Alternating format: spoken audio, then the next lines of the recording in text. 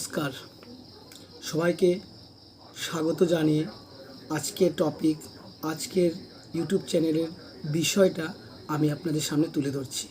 নমস্কার, আমি অরিন্দম दास আপনাদের আবার স্বাগত জানাচ্ছি আমার यूट्यूब चैनल অরিন্দম दास है। और जो नए सब्सक्राइबर हैं काइंडली मैं उसको तहे दिल से बोलूँगा कि प्लीज़ मेरे चैनल को सब्सक्राइब कीजिए, शेयर कीजिए और जितना हो सके उतना लाइक कीजिए।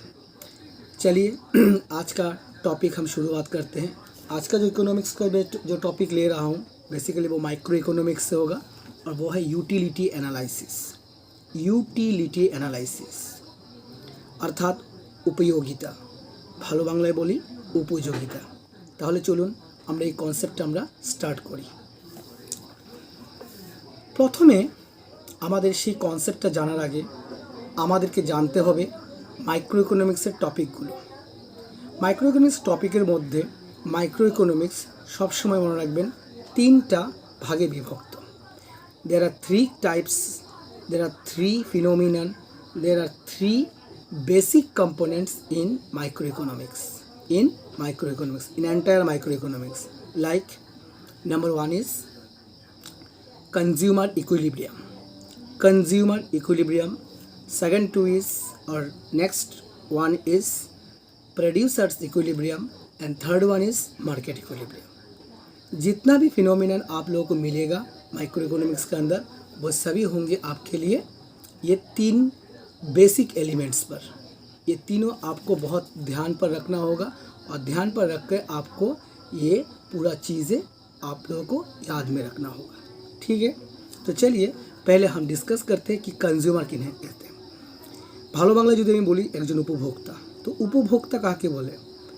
বেসিক্যালি যদি কাউকে আমি জিজ্ঞেস করি who is a consumer, everyone who goes to the shop and purchase something from the shopkeeper, he is known as consumer in general sense. अर्थात जो व्यक्ति किसी दुकानदार के पास जाता है, किसी दुकान पर जाता है, किसी बड़े मार्केट जाते हैं, वहाँ से कोई चीज़ अगर वो ख़रीदता है बेसिकली उसे क्या कहते हैं? कंज्यूमर कहते हैं। But this is not valid in the case of economics. অর্থনীতি সেটাকে গ্রহণযোগ্য বলে মনে করে না।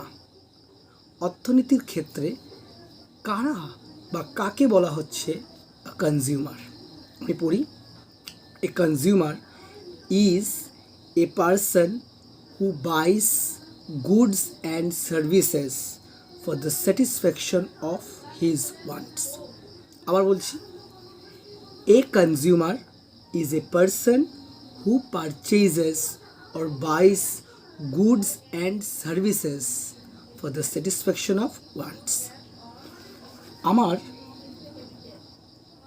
ধরুন আমেরিকান টুরিস্টের ব্যাগ আমার চাই বললে হবে না, আমি শুনেছি ব্যাগটার ব্যাপারে, লোকে বলে ভালো, আমি ব্যবহার করলাম, ব্যবহার করবার পর আমার কাছে ব্যাগটা ঠিক তেমন মানে আমার জন্য কেমন জানি আমাকে আমাকে স্যাটিসফাই করতে পারেনি। এক ক্লিয়ার কথা যে সেটা আমাকে স্যাটিসফাই করতে পারেনি, অন্যজনের কাছে সেটা হয়তো স্যাটিসফাই করেছে।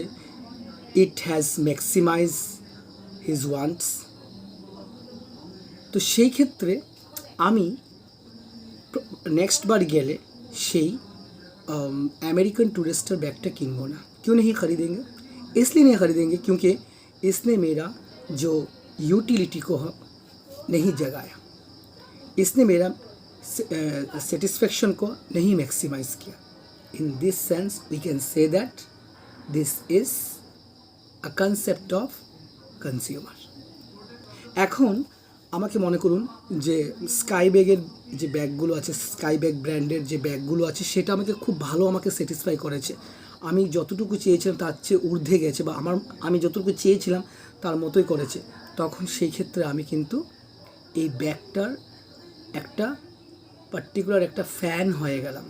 তখন আমি সেটাকে কিনতে থাকবো আর আমি তার সঙ্গে মানুষকেও অ্যাডভাইস দিব যে তোরা ওই ব্র্যান্ডের ব্যাগগুলো কিনে आराम पाबी।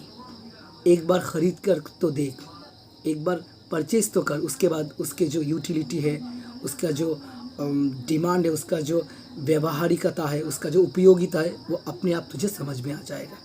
তো এই ক্ষেত্রে মনে রাখবে যে যখন কোনো একটা particularly product which gives us satisfaction or which maximises our satisfaction, it is known as the concept of consumer. A consumer is a body of individual. When he goes to the market or when he goes to the shop and collects or purchases something, that is goods and services, and which gives him a satisfaction or maximize his satisfaction, this concept is known as a consumer.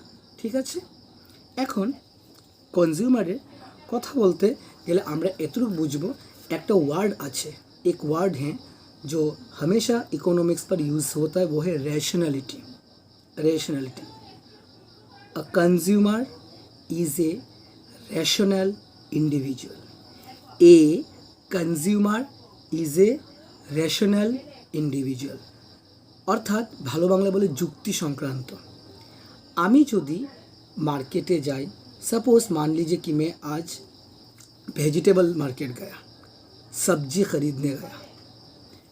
अभी summer का season चल रहा है, अभी क्या कहते हैं भिंडी का भाव मैंने वहाँ देखा, यहाँ दो मार्केट बैठा हुआ था, भिंडी यहाँ पर भी मिल रहा है, यहाँ पर मिल रहा है। अभी मैंने पूछा भैया आपका भिंडी का किलो कितना है, भाव कितना है? अब वो बोल रहे कि भैया 1 किलो 20 रुपया, और मैं वहाँ देखता हूँ कि 1 किलो 30 रुपया, और वहाँ पर एक देखता हूँ 1 किलो 10 रुपया। तो जाहिर सी बात है 1 किलो 10 रुपया अगर मुझे मिलता है, यहाँ पर 20, यहाँ पर 30 मिलेगा, तो मैं क्या करता हूँ, मैं वहाँ दोनों से ना जाकर मैं वहीं पर चला जाता हूँ और देखता हूँ कि वो भिंडी का मतलब क्वालिटी कैसा है, मोल भाव करके मैं जितना मेरा प्रयोजन अनुसार मैं ख़रीदता हूँ।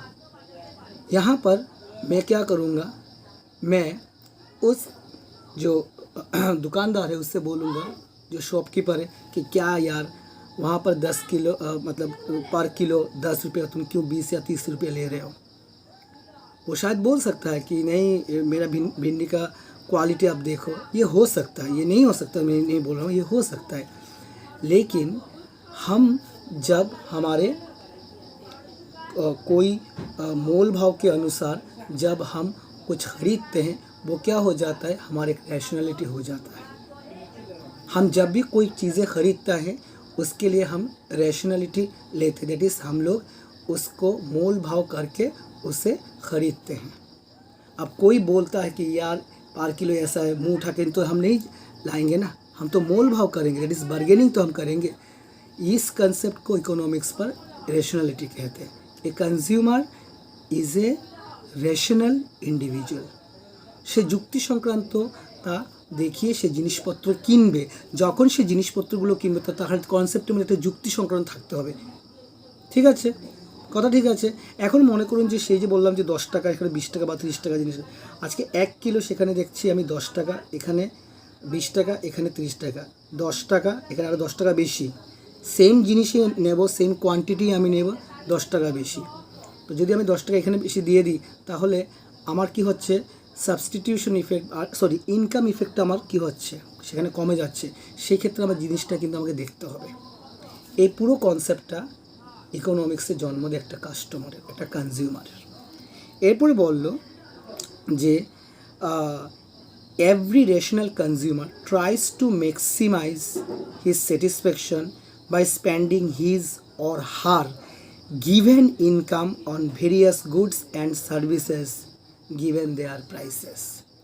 Maximize his satisfaction by spending his or her income on various goods and services given their prices. ধরুন কেউ বললো, আরে তুই শার্টটা কত দিয়ে কিনেছিস, দেখ না 500 টাকার শার্ট, আর এই দেখ আমার 200 টাকার শার্ট, কি সুন্দর, এখনও দেখ রং যাচ্ছে না, এখনও দেখ একদম গ্লেজি ভাব দিচ্ছে, খুব একটা চমক ভাব আছে। তখন আমার মন আলটিমেটলি খারাপ হয়ে যায়, আমি 500 টাকা দিয়ে জিনিসটা কিনলাম আর ও মাত্র 200 টাকা দিয়ে কিনছে, কিন্তু কী সুন্দরটা রয়ে গেছে। তার মানে আমি পরবর্তীতে সেই দোকানদারের কাছে যাব না, অথবা সেই ব্র্যান্ডের কাপড় কিনবো না, অথবা সেই কালারের হোক বা ডিজাইনের হোক আমি শার্ট কিনবো না। দ্যাট মিন্স এটা যে আমি আমার রেশনালিটা ঠিক জায়গায় ইউজ করতে পারিনি বলে আজকে আমার এই অবস্থা। যখন তুমি কোনো একটা জিনিস কিনে ঠকে যাবে তখন তুমি বারবার অন্যদেরকেও অ্যাডভাইস দিবা, নিজেও বলবে যে আর কোনো দিন সেখানে যাব না বা তুইও সেখানে যাস না। This concept gives us this thinking gives us the birth of the concept of consumer. ঠিক আছে, এখন কনজিউমারের মধ্যে সবচেয়ে বেসিক যে কনসেপ্টটা সেটা হচ্ছে কি ইউটিলিটি। আজকে আমরা যা জিনিসপত্রই কিনি সেটা আমাদের ব্যবহারিকতার জন্য। এখানে একটা বোতল আপনারা দেখতে পাচ্ছেন মিল্টন কোম্পানির। তো সেটা মিল্টন কোম্পানির আজকে আমি কিনলাম কেন? হয়তোবা সেই জিনিসটা আমার কাছে ইউটিলিটি দিয়েছে। ভাববেন না যে সমস্ত জিনিস আমরা কিনি সেটা মানে বাধ্য হয়ে কিনি, বাধ্য না। আপনার প্রয়োজন অনুসারে আমরা সবাই একটা অ্যাক্টিভনেস দেখাই, একটা অ্যাকশন প্লে করে থাকি। And all this terminology is surrounded by utility. तो यूटिलिटी अगर नहीं होता तब हम कोई चीज़ को आसानी से परख नहीं कर सकते, उसके ऊपर अपना सेटिस्फेक्शन मैक्सिमाइज नहीं कर सकते। इंसान का कोई प्रेफरेंस नहीं रहता, कोई टेस्ट नहीं रहता। बस यूं ही हम सवेरे उठते चलते जागते, बस हमारा कोई मोल भाव कंसेप्ट नहीं रहता। अगर यूटिलिटी रहता है तब इसका मतलब ये है कि यूटिलिटी की वजह से ये जो चीज़ें हैं वो थोड़ा बहुत प्रेशियस हो जाता है। ठीक है, अभी आप मान लीजिए कि अगर आपको किसी ने बोला कि यूटिलिटी ये चीज़ क्या होता है, तो पहले आपको जानना चाहिए कि यूटिलिटी का कंसेप्ट किसने दिया। यूटिलिटी का concept it has been given by Alfred Marshall. हमारे वेलफेयर इकोनॉमिक्स का जो प्रवक्ता है अल्फ्रेड मार्शल जी, उन्होंने ही दिया। अल्फ्रेड मार्शल जी एक बहुत ही अर्थनीतिविद थे और अर्थशास्त्र के एक ज्ञाता स्वरूप थे। एडम स्मिथ जी के बाद उन्होंने इकोनॉमिक्स में इतना थीसिस दिया कि आज जितना मतलब जब तक ये इकोनॉमिक्स सब्जेक्ट इस यूनिवर्स पर एग्जिस्ट है वी कैन नॉट डिनाई। तो वो क्या कहते हैं, मतलब उनके हिसाब से यूटिलिटी एनालिसिस का थोड़ा बहुत एजम्पशन रहना चाहिए। वो है first of all rationality, cardinal measurability of utility, diminishing marginal utility, constant marginal utility. ये सभी आप लोगों को मैं स्टेप बाय स्टेप बताऊंगा, लेकिन पहले आप लोगों को ये जानना होगा कि ये यूटिलिटी क्या है। ये जो एजम्पशन मैंने आप लोगों को बोला, ये एक स्टेप बाय स्टेप में अगले वीडियो पर मैं ज़रूर अपलोड करूँगा और आप लोग प्लीज़ यहाँ पर एक क्लोज वॉच बनाए रखिएगा। ठीक है, तो यूटिलिटी किसे कहते हैं we discuss. Utility refers to the want satisfying power of a commodity. Utility refers to the want satisfying power of a commodity. अगर एक चीज़ है और वो चीज़ हमारे मतलब गुरुत्वपूर्ण है, बहुत महत्वपूर्ण है और उससे हमें फ़ायदा मिल रहा है, इसके अर्थ ये है कि इसके पास एक डिमांड है, इसके पास एक क्षमता है, एक पावर है। क्या पावर है? वो ये पावर है कि वो हमारे जो वांट है, जो इच्छाएं है, उसे फुलफ़िल करने का एक क्षमता है। ये आप लोग प्रिसाइज सेंस पर मान लीजिए कि utility it is the power which has want satisfying power of the commodity. এখন আমি মনে করুন আমি রেমন্ডের শার্ট আমি পরতে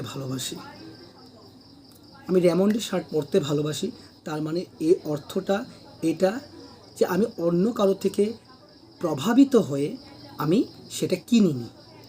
এটা এজন্য কিনেছি কারণ এই যে রেমন্ডের শার্টগুলো আমার বডির সাইজ অনুযায়ী, ফিজিক অনুযায়ী, আমার কালার অনুযায়ী হয়তো আমাকে স্যাটিসফাই করেছে। ওর মধ্যে একটা পাওয়ার আছে যে আমাকে প্রভাবিত করতে পেরেছে, আমার ওয়ান্টটাকে সে হাওয়া দিয়েছে।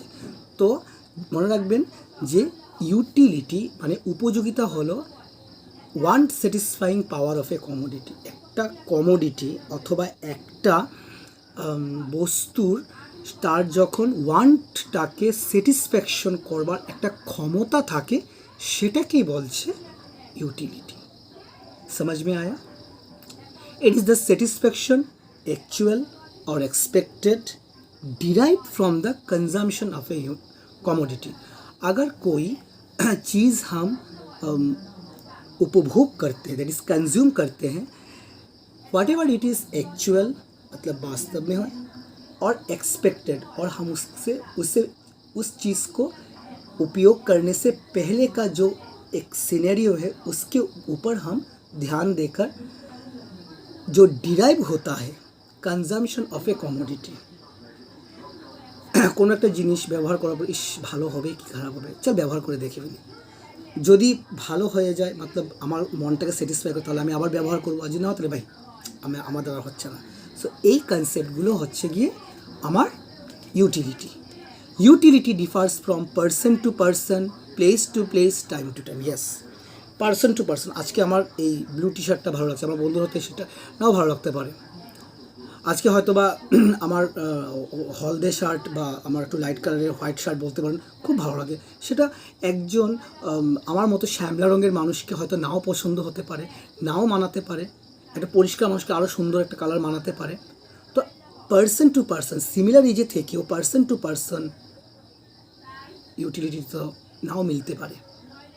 হ্যাঁ, আমার ফিজিক অনুযায়ী, আমার চেহারার স্ট্রাকচার অনুযায়ী, আমার চেহারার গঠন অনুযায়ী হয়তো আমার বন্ধুকে সেই জিনিসটা নাও মানাতে পারে, বা ওর যেটা পছন্দ বা ওকে যেটা মানাচ্ছে সেটা আমাকে নাও হতে পারে। তাহলে একটা পার্সন টু আরেকটা পার্সন সিমিলার এজে থেকেও ইউটিলিটিটা ডিফারেন্ট হতে পারে। ঠিক আছে, নেক্সট হচ্ছে প্লেস টু প্লেস।